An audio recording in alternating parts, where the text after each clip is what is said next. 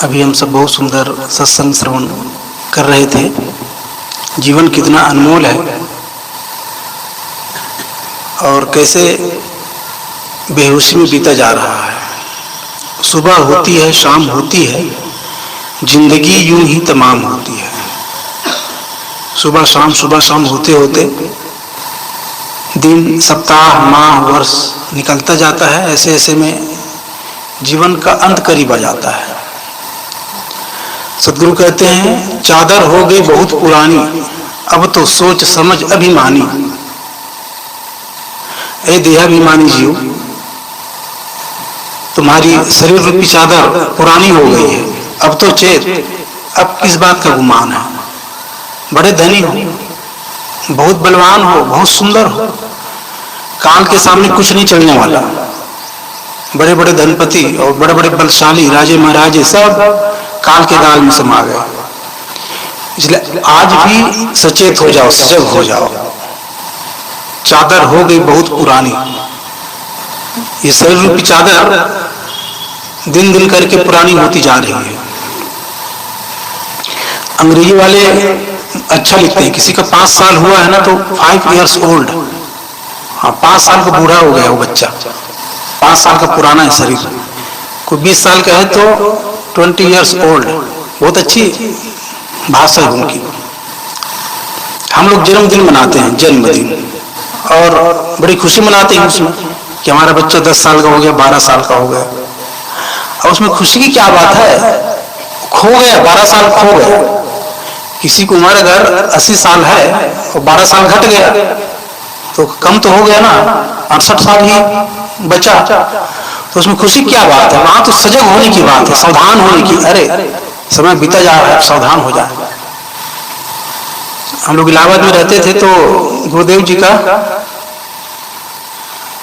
जन्मदिन कई साल मनाया, तो सब एक साथ इकट्ठे होते थे और उसमें तारीफ तो होना है। अब गुरु का मनाना है जन्मदिन तो तारीफ के अलावा कुछ तो होना नहीं। तो 1-2 साल तो साहब देखे, फिर कहे कि मेरे जन्मदिन बिल्कुल नहीं मनाया जाए। पहले जब आते थे तो अपने जन्मदिन में बोलते थे कि मेरे जन्मदिन नहीं, ये मेरा मृत्यु दिवस है। मैं 60 साल मर गया, 65 साल मर गया, ऐसा करके साहिब का व्याख्यान शुरू होता था। लेकिन 2-3 साल लगातार देखे कि तारीफ के अलावा कुछ तो होना नहीं है, तो कहे मेरे जन्मदिन बिल्कुल न मनाया जाए, एक बकवास बंद करो, बहुत हो गया। और कहीं भी हो जाते थे ना भ्रमण के लिए, 2 माह 3 माह के लिए, तो कहते थे अंतिम दर्शन है। हाँ, आगे पता नहीं मिलन हो कि ना हो, तो अंतिम दर्शन समझो। वो हरदम सावधान रहते थे। हाँ, मृत्यु को बिल्कुल हाथ में लिया हुआ ऐसा। और इतना मौज का जीवन जिए, 80 साल जिए लगभग, और कोई दुख नहीं, शारीरिक कोई दुख भी नहीं। सुबह उठे, बाथरूम गए होंगे, कुछ चक्कर जैसा है, गिर गए, खत्म, कोई दुख नहीं शरीर का। सम्राट की तरह है, सम्राट की तरह गए। साहब ने कहा कि ज्यों की त्यों धर देनी चदरिया। मैंने तो शरीर रूपी चादर को ज्यों का त्यों रख दिया। ध्रुव प्रहलाद सुदामा ने ओढ़ी, ओढ़ के मैली कीनी। ध्रुव प्रहलाद सुदामा ये भी चोटी के व्यक्ति हुए हैं, आसान नहीं, लेकिन साहब उनको भी आड़े हाथ हो लेते हैं। ध्रुव प्रहलाद सुदामा ने ओढ़ी, लेकिन ओढ़ के मैली कीनी। कहीं कहीं आत्म साक्षात्कार उनको भी नहीं हुआ। मेरा प्राप्तव्य कहीं और है, कहीं आकाश पे, कोई ऊपर भगवान भगवती, उस ब्रह्म में फंसे रहे। तो आत्म साक्षात्कार उनको भी नहीं हुआ। इसलिए साहब उनको भी आड़े हाथ लेते हैं कि ओढ़ के मैली कीनी। जो काम करना था अपने आप को जानने का, आत्म साक्षात्कार का, वो भी नहीं कर पाए। लेकिन अपने लिए कहते हैं, दास कबीर जतन से ओढ़ी, ज्यों की त्यों धर दीनी। मैंने तो यत्न पूर्वक ओढ़ा, जिसके लिए आया था, जो करना था वही किया। कोई भ्रम नहीं, कोई मुझे अंधविश्वास नहीं था। तो ज्यों की त्यों धर दीनी। ऐसे ही जितने भी संत महापुरुष होते हैं ना, वो दावे से बोलते हैं। कई लोग कह सकते हैं कि ये कबीर की गर्भोक्ति है, बाकी बड़े बड़े का नाम ले दिया और कहा कि वो तो शरीर को धरे और धर के गंदा कर दिए। लेकिन देखो स्वयं के लिए क्या कह रहे हैं, जो कि त्यों धर देनी। तो वो तो अहंकार उक्ति है, ये गर्भोक्ति है। लेकिन ऐसी बात नहीं है, इसमें कोई अहंकार नहीं है। ये साधिकार उक्ति है, अधिकार पूर्वक बोलना। उस चोटी के जब व्यक्ति होते हैं ना, तो अधिकार से बोलते हैं, मैंने इस सत्य को जाना है। जैसे साहब कल कह रहे थे, तू कहता कागज की देखी, लेकिन मैं कहता आंखन की देखी। मैं तो आंखों की बात बोलता हूँ, ये अधिकार पूर्वक बोलना होता है। ये शास्त्र में लिखा है कि ऋषि ने कहा है कि मुख संत ने कहा, ऐसा कुछ मैं जानता हूँ सत्य को, सत्य ऐसा ही है, इतना दम से बोल रहा। तो जो पहुंचा हुआ संत होता है ना, वही व्यक्ति ऐसी दमदारी के साथ अपनी बात रख पाता है सभा में, समाज में। कहे कभी सुनो हो संतों, कबीरा खड़ा बाजार में सबकी मांग एक है। मैं तो बाजार में खड़े होकर कहता हूँ, मैं सबका भला चाहता हूँ, लेकिन ना कहूं से दोस्ती, ना कहूं से बैर। तो इतना डंके की चोट पे बोलने वाले कोई बिरले संत होते हैं, और उनमें से सदगुरु कबीर एक है। साहब कहते हैं, तो किस अभिमान में भूला है, चादर हो गई बहुत पुरानी, पुरानी हो रही तुम्हारी सर्वरूपी चादर, इसलिए अभिमान छोड़ो। किस बात का गुमान, धन का, पद का, बल का, सुंदरता का, सब तुच्छ है एकदम, बुद्धि का। भर्तृहरि जी लिखते हैं, अहंकार करना कितना व्यर्थ है। देखो गंगा गिरी स्वर्ग से शिव मस्तक पर। कहते हैं गंगा को बड़ा गुमान था, जो भगीरथ ने तपस्या करके उनको खुश किया। कहानियां सब जानते हैं। तो उनके मन में बड़ा अहंकार हुआ कि अरे मैं तो स्वर्ग में रहने वाली हूँ, और तुम मुझको धरती में ले जाने के बारे में सोचता है। मैं तो धरती में जाऊंगा तो तोड़ फोड़ दूंगी पूरी धरती को, तहस नहस करके पाताल में चली जाऊंगी। ऐसा बड़ा अहंकार था। तो उनको संभालने के लिए भगीरथ ने शिव जी को खुश किया। तो कहते हैं, देखो गंगा गिरी स्वर्ग से शिव मस्तक पर। शिव की जटा पे गिरा गंगा की धारा, और शिव की जटा पर वो घूमती रही वर्षों हो गया।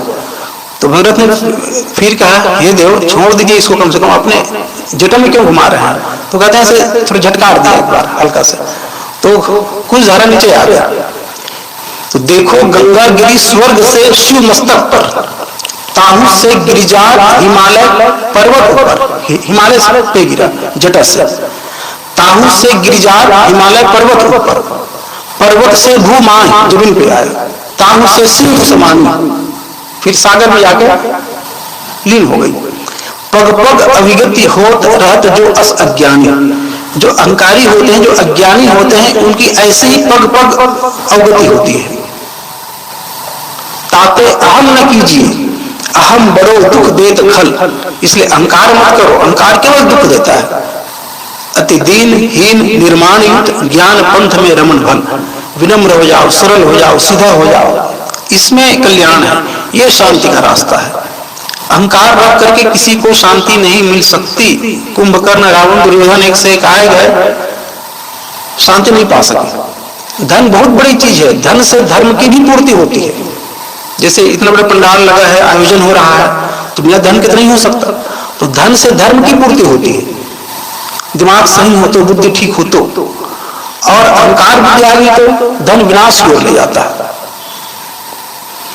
विद्या विवादाय धनम मदाय, शक्ति है परेशान पर पीड़नाय। खलस्य साधो विपरीत मेतद ज्ञानाय दानाय च रक्षणाय। संत जन कहते हैं, अगर दुर्बुद्धि हो, मन में घमंड हो, तो विद्या विवाद का कारण बनता है। कोई विद्वान हो गया तो वो शास्त्रार्थ करने में भिड़ जाता है लोगों से, मेरे समान कोई नहीं, मैं सबको शास्त्रार्थ में हरा दूंगा। तो विद्या विवाद का कारण बनता है। विद्या विवादाय धनम मदाय, धन अहंकार का कारण, और शक्ति पर पीड़ना, दूसरों को कष्ट देने के लिए, दर्द देने के लिए। ये खल का काम होता है, खलस्य। लेकिन जब यही गुण साधु के पास आ जाएगा, तब ज्ञानाय दानाय च रक्षणाय। विद्या ज्ञान देने के लिए, बांटने के लिए संसार में। विद्या ददाति विनयम, विद्या तो विनय को देती है। अगर विद्या पाकर के मैं घमंडी हो गया तो समझो विद्या को मैं समझा ही नहीं, अविद्या है। इसलिए उपनिषद के ऋषियों ने कहा है, अविद्या से ग्रस्त व्यक्ति जितने गर्त में जाते हैं, उससे ज्यादा गर्त में जो विद्या के अभिमानी हैं वो जाते हैं। ऐसा उपनिषद में कहा गया है। जो अविद्या वाले हैं, जो कुछ जानते ही नहीं, जो केवल संसार में डूबे हैं, भोले भाले हैं, जो काम क्रोध लोभ मोह के अलावा कुछ जानते नहीं, ये लोग तो गर्त में जाते हैं। लेकिन जो विद्या के अभिमानी हैं, जो विद्वान है सब कुछ जानते भी हैं, लेकिन घमंड करते हैं विद्या का, तो उससे भी ज्यादा करते हुए जाते हैं। तो विद्या विवादाय धनम मदाय, विद्या विवाद का कारण बनता है, धन मत का कारण बनता है, और शक्ति दूसरों को दुखाने के लिए। लेकिन यही शक्ति जब अच्छे व्यक्ति के पास आता है तब ज्ञान आए, दान आए, च रक्षण आए। विद्या दूसरों को ज्ञान देने का काम आता है, धन है तो दान में लगाता है, और शक्ति है तो दूसरे के उद्धार में, दूसरों को दुख कैसे कम हो, दूसरे की पीड़ा को मैं कैसे दूर करूं, हरूं, ये काम आता है। सिखों में एक परंपरा है, जितना वो कमाते हैं ना उसका 10वां हिस्सा गुरुद्वारे में दान देते हैं। अगर 100 रुपये कमाते हैं तो 10 रुपया दान और 90 रुपया अपने घर परिवार के लिए। ये बहुत अच्छी परंपरा है। और आप सिखों में देखेंगे भिखारी वाले मिलते हैं, जैसे आप मंदिरों के पास, मस्जिदों के पास भिखारी की लाइन देखे होंगे, लेकिन गुरुद्वारे में आप नहीं देखते। अगर कोई भिखारी है भी ना तो उसको अंदर ले जाते हैं और उनसे कुछ काम ले लेते हैं, कोई झाड़ू लगाता है, कोई और कुछ करता है, और उनकी परवरिश वहां हो जाती है गुरुद्वारा में। और जब लोग दान देते हैं उस धन से कोई हॉस्पिटल चला रहे हैं, कहीं विद्यालय है, कहीं और कुछ ऐसे काम जिनमें लोगों का हित हो, ऐसे कामों में धन को लगाते हैं। तो बहुत अच्छी परंपरा है वहां का। एक व्यक्ति तो मुझे बताता था कि जब किसी शहर में बच्चों का एग्जाम होता है, परीक्षा, तो उन बच्चों को ये सोचना नहीं पड़ता कि कहाँ खाएंगे, कहाँ रहेंगे, ये सोचना नहीं पड़ता, बस वहां गुरुद्वारा बस होना चाहिए। वो सीधा गुरुद्वारा में जाते हैं और अपना आई कार्ड दिखाते हैं, अमुक जगह से आए हैं, और उनको वहां भोजन उपलब्ध हो जाता है, रहने की व्यवस्था हो जाती है। वो समाज की ओर से है वहां व्यवस्था। एग्जाम देते हैं और एग्जाम देकर फिर अपने घर वापस आ जाते हैं। तो ये परंपरा बहुत अच्छी परंपरा है। तो अपने इनकम का 10वां हिस्सा जरूर धर्मार्थ में लगाना चाहिए व्यक्ति को, और साथ साथ अपने समय का 10वां हिस्सा अपने लिए रखना चाहिए। जैसे 24 घंटे हैं एक दिन रात में, तो 24 घंटे का 10वां हिस्सा लगभग 2 घंटे 40 मिनट, लगभग 2.5 घंटे के आसपास अपने लिए रखें, पोगरी व्यक्तिगत अपने लिए। ये समय मेरा है, इसको मैं व्यर्थ खर्च नहीं करूंगा।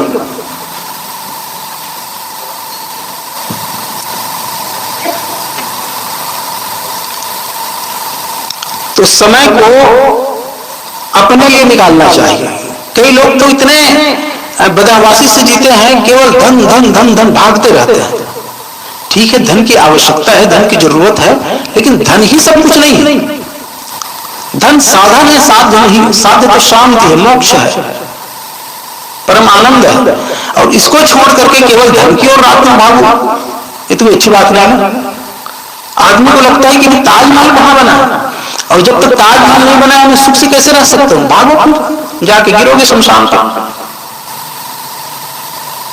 इसलिए साहब कहते हैं चादर हो गई बहुत पुरानी, तुम्हारा शरीर बहुत पुराना हो चुका है, अब तो सोच समझ अभिमानी, अब तो सावधान हो, कब सुधरोगे, जीवन का अंत आ रहा है।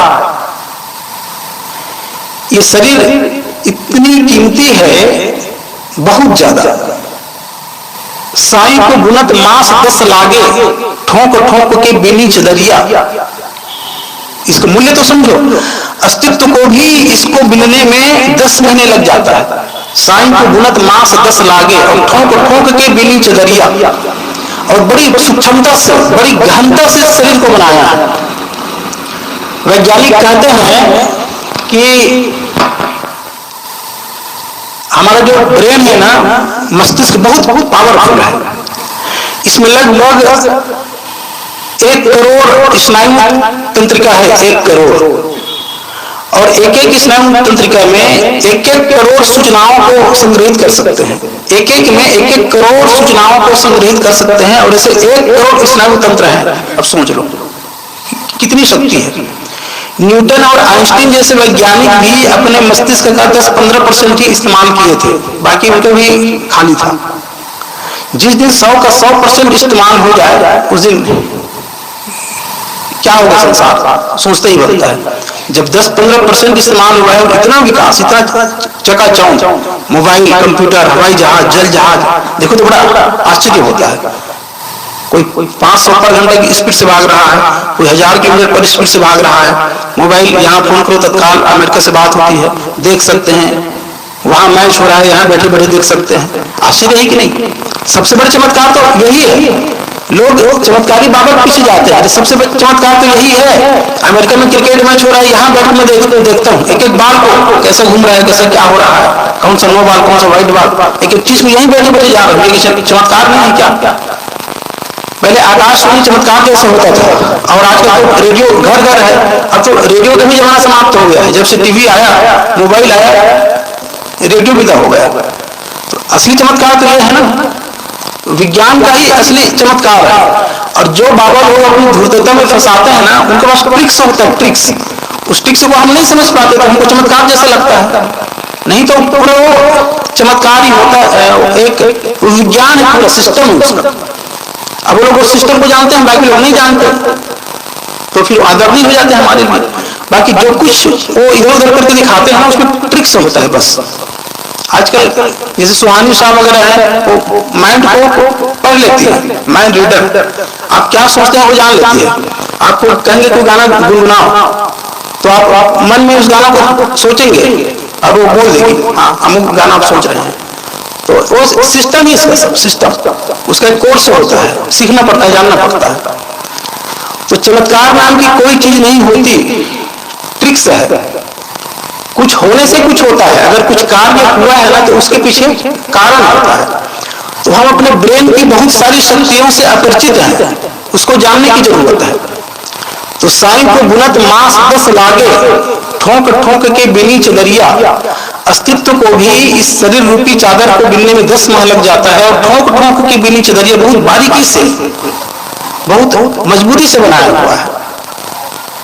और जो इस शरीर की महत्ता को समझता है, वो अन्य खानी के प्राणियों की तरह जीवन नहीं जीता, उसका जीवन अलग ढंग का हो जाता है। जैसे एक 2000 का मोबाइल हो और एक 20,000 का मोबाइल हो, तो बातचीत तो 2000 के मोबाइल से भी होगी और 20,000 के भी, लेकिन 20,000 में और बहुत सारे फंक्शन रहते हैं।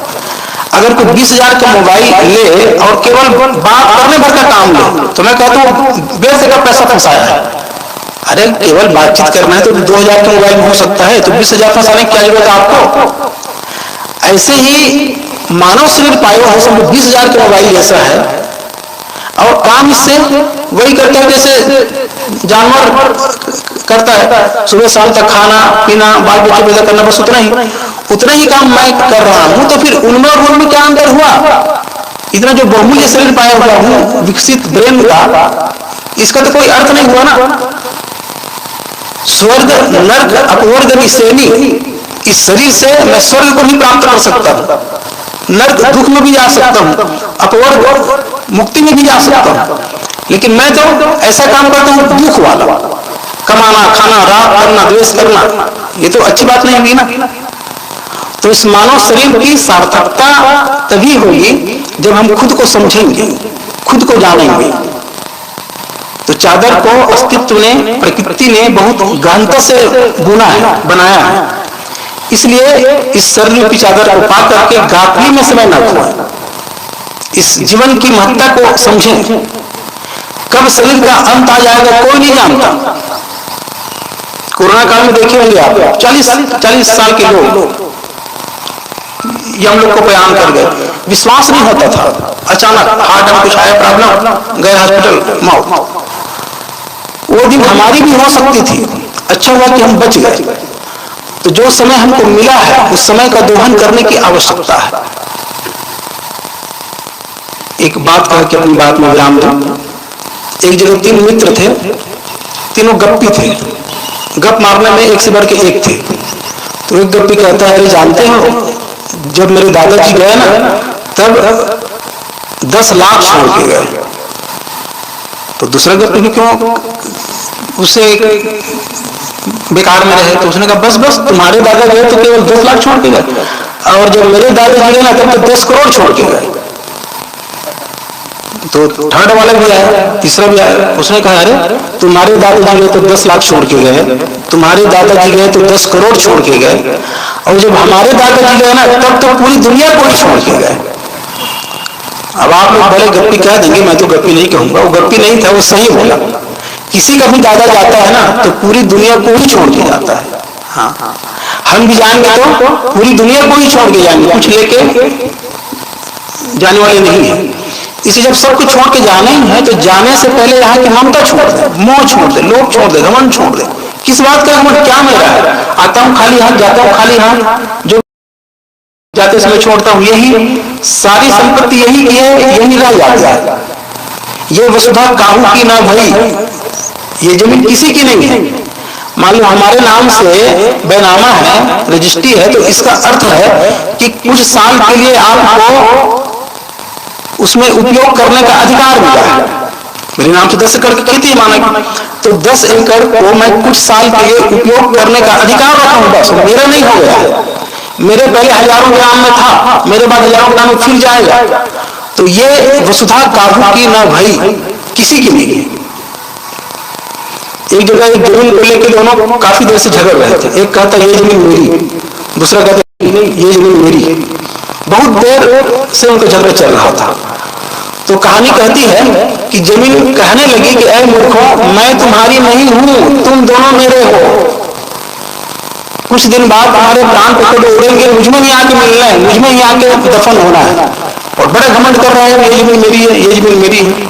तो मैं तुम्हारी नहीं हूं, तुम दोनों मेरे हो। और ये महा हकीकत है, इसको कोई झुटला नहीं सकता। सबकी यही गति होनी है, प्राण पकड़ उड़ते ही दफन होना है, जलना है, दफनाना है, और क्या, वही दो गति होती है। इसलिए व्यक्ति को किसी भी चीज का अहंकार नहीं करना चाहिए। अपने को जितना हो सके सरल बनाए, निष्काम बनाए, इसी में जीवन की सार्थकता है। इन सब बातों को गहराई से हम सबको ध्यान देने की आवश्यकता है। बोलिए सद्गुरुदेव की जय।